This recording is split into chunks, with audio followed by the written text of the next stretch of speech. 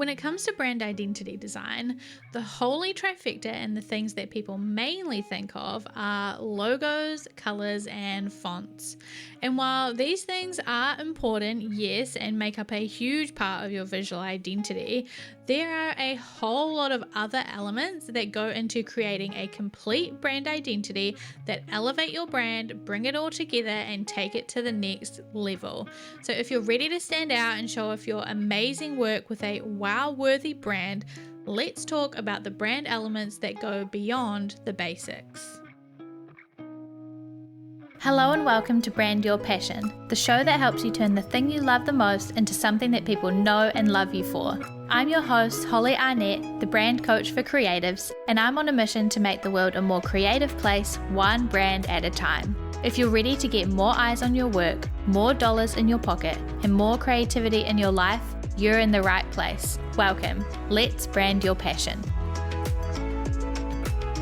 So the first element of your brand identity that goes beyond logos, colors, and fonts is patterns. If you want to expand your brand and give yourself some more flexibility, patterns are a super useful tool. These are repeatable designs that are unique to your brand, and you can use them as backgrounds, overlays on things like packaging, signage, your website, social media, so much more. Patterns are super flexible, super useful. You can use them in a couple of ways.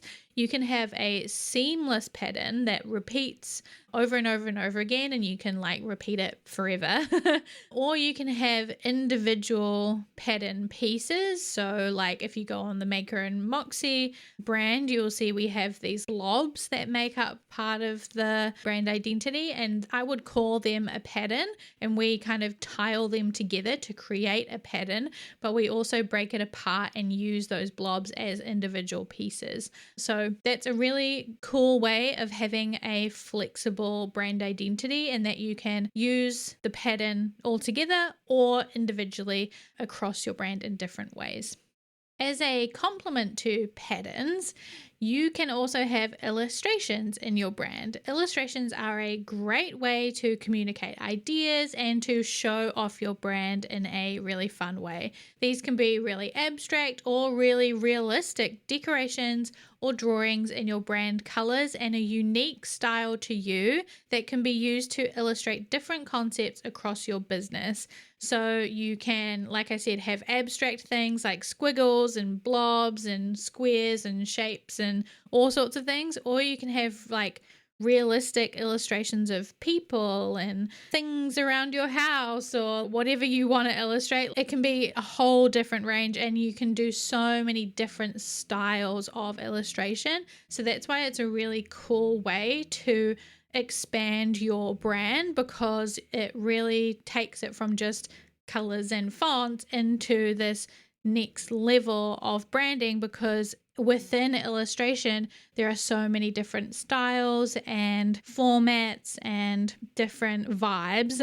And if you look at our ultimate branding checklist that we relaunched this year, we just did 3D illustrations, which were really fun, and that was a whole new element that we had never done in our brand before. And so it's a really cool way to explore and to expand and add something new to your brand. Icons are like illustrations, but mini. They are small graphics that are used to represent ideas and are often used as bullet points or to illustrate a point. You can download a bunch of free icons in your style, or you can create your own custom icons to match your brand in a unique way. I use a website and an app called Noun Projects, and I pay a yearly fee to use those icons with a commercial license, and you can purchase other icon packs to be able to do the same from other different websites. Or like I said, you can create your own custom ones, which is super fun too. But similarly to illustrations, icons are a great way to add a little fun, a little personality to your brand with a little bit of illustration work. Next up, we have GIFs. And if you spend any amount of time on the internet, you will have seen your fair share of GIFs. And whether they are on your website or Instagram stories or in your email newsletters, they are fun ways to show off your brand and share your message. And you can create your own. You can create a GIF of your logo, your face, your products, or any taglines or sayings that you use. So go wild. You can make sure, just like with everything else, that you are using your brand colors and fonts to make them happen. I'm not just talking about using GIFs of like your favorite TV show or whatever, your favorite movie, your favorite character. Those are great too, and I highly recommend using those and making sure you're keeping them on brand and making sure they align with your values. But I'm more talking about using your logo and turning that into a GIF, or a GIF of your face, or creating a GIF of your product. You will see a lot of brands doing this, and it's a really great way to brand your social media or your website or get engagement with other people to use those GIFs as well. So a really great way to expand your brand and take it to the next level, and it is really, really fun. Before we carry on, I want to tell you about Craft Your Creative Brand. If you're listening to this and thinking, oh, this is kind of a lot, or I don't know how to do all of these things, or you know what, I would love to have somebody to walk through this with so I knew that I was doing the right thing and getting the right results for my creative business, then this is going to be perfect for you. Craft Your Creative Brand is a brand new course for artists and makers who want to DIY your own branding so that you can stand out, show off your work, wow your audience, and be proud of your brand. It is the second signature course in the Next Level Creative, and it comes with a complete curriculum designed to help you do that exactly, to DIY your brand, a community of creatives who are all creating their brands along with you, and the coaching and custom feedback that you need from me to take your creative business to the next level. The modules are dropping once a week right now, so you can jump in and join us live as we are all walking through it together. So if you are ready to take your brand to the next level and craft your creative brand, then you can join us at thenextlevelcreative.com. Now let's get back to the episode. The next way that you can go beyond the brand basics and level up your brand identity is with photography. As they say, a picture is worth 1,000 words, so it is important to have some images in your brand identity. You are going to want a suite of images that represent your brand and your business visually and fit with your visual identity through their use of colors, tone, props, set, and more. This can also include stock imagery curated to fit your brand or your own photographs of you, your team, your products, your process, your space, your studio, and other things that make your business unique. To make your business look its best, you're going to want a range of consistent, well-crafted photos that are going to keep your business looking tip-top across all of your marketing materials over time. So as I said, that can include photos of you. If you have a team around you, that can include all of them. If you are selling products, that will include having regular updated photos of them that make them look really good. That means photos of them on their own, but also in situ. So if you have a print, have a photo of a print in a frame on a wall. If you have a keychain, like have a photo of a keychain hanging off a bag or something. If you offer services, then having photos of you doing that service or working with people is really good. And then there are campaign photographs too. So if you are working or doing a certain campaign, like a promotion or a launch, then you might have photos specifically for that launch or for that campaign too. And then to keep all of that together, you're going to want some photography guidelines that explain to you and to anyone else who takes your photos or uses your photos or is going to be collating and gathering stock photography for you or using stock photography in your graphics or anything like that, what they need to look like, how they need to be curated to make sure that it all stays on brand and in line with your overall brand strategy.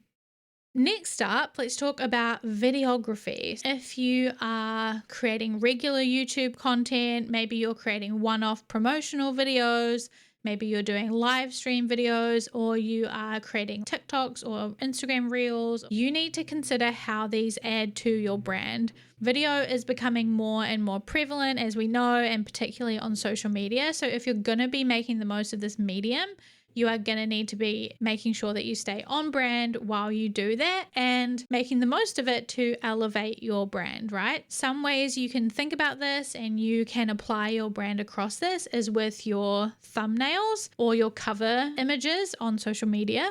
Your video intros and outros, those are really important. These could be video or they could be animated. Any graphics throughout your videos. You could also have videos of your products, videos of your services. You can also think about the set that you use or the surroundings that you are using when you are taking your videos.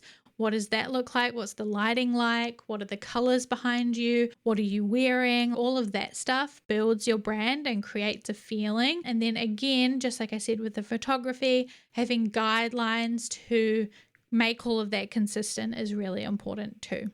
The next thing that you can consider when it comes to your branding is motion. So we talked a little bit about this in terms of GIFs, but motion graphics or animation is something that can really help to elevate your brand and take it to the next level, because motion helps to express messages and concepts that can be difficult to represent through just text alone, and it really brings elements to life through movement. So it's no surprise that so many brands are implementing animation and motion across their logos, websites, apps, videos, ads, and so much more. It's something that you can totally consider adding into your brand. You just have to make sure that it's on brand when you do it. Some ways that you can consider doing that: you could animate your logo, you could have an animated video about your business or about your product or about your service, or maybe you do an animated campaign for a certain launch or promotional period. You could have animated transitions within videos. When I did a video version of this podcast, I had an animated transition between different parts of the videos. You can go back onto the Maker and Moxie YouTube channel if you want to watch that.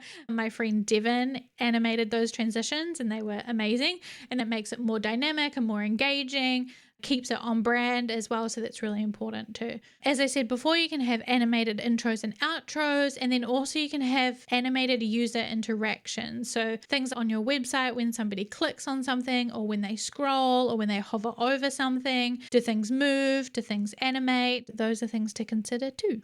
And then last but not least, this is something you can play with it if you are clever, is sonic branding or the use of branded sound. This is something that can add a lot to your brand and the experience of your customers and clients. Brands that use music that is aligned with their brand identity are 96% more likely to be remembered by their customers than brands that use unfit music or no music at all. So think about like the catchy music that accompanies an ad that always plays, or the sound that a notification from your email app makes, or the soundtrack to your favorite podcast, right? These pieces of audio all add to your experience and awareness of that brand, and your brand could have that too.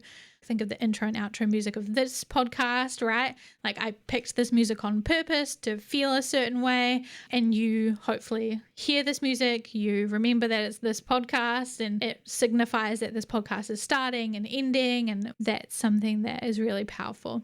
And then also physical sounds. So an example I use of this all the time is when you buy something new from Apple and you open the box and it really slowly opens, and there's like that really slow like shh, and the anticipation builds as you hear that sound and the box slowly opens. That is a physical sound that has been designed on purpose and it's part of Apple's sonic branding. And there are so many different examples of that will help to build a brand, and it can be something you can pay attention to also. So that is a list of many things that you can do to go beyond the basics when it comes to building your brand identity. as we said, yes, you can do logo, colors, and fonts, and those are the basics, and those are the key things you need to worry about. And if you just do those things, that's incredible. Don't worry about anything beyond that. If that's all you can do, you can build a great brand by just doing those things. But if you want to go beyond the basics, there are things we've just talked about: patterns, illustrations, icons, GIFs, photography, videography, motion, and sound, or different ways that you can really elevate your brand, really create a cohesive, complete, really compelling, really wow-worthy brand that will help you stand out, take things to the next level, and create something really special. So I hope that was really interesting, helped you to generate some ideas and spark some curiosity and some creativity in your own creative business. And as I said in the middle of the episode, if you are interested in learning from me about how to do this and getting some support and cheerleading and community to do this with a group of other creatives from start to finish, then check out thenextlevelcreative.com. The link will be in the show notes and you can come and join us. You can do the course before this, which is all about your brand strategy, and then you can come and do this course to craft your creative brand, and I would love to support you in that process. So as I said, hope this has been helpful. Let me know on Instagram or Threads if it has been, and I will see you in the next one. Bye everyone. Thanks for listening to this week's episode of Brand Your Passion and choosing to spend time with me learning all about branding, business, and all things creativity. You can find more episodes just like this one at makerandmoxie.com/podcast. If you like this one, you can tap that subscribe or follow button so that you're notified about each and every new episode. And if you've got a spare second, please leave a review on iTunes or wherever it is that you're listening to this podcast, because I would absolutely 100% love to hear from you. If there were some helpful goodies in this episode for you, it would mean the world to me as well if you could screenshot that podcast player right now, hop on over to Instagram or Twitter and tag us at Maker and Moxie. By subscribing, reviewing, and sharing, you're helping reach more creators just like you, so that together we can make the world a more creative place, one brand at a time. We can't achieve this mission without you, so your support means the absolute world. I will talk to you in the next episode, but until then, keep creating.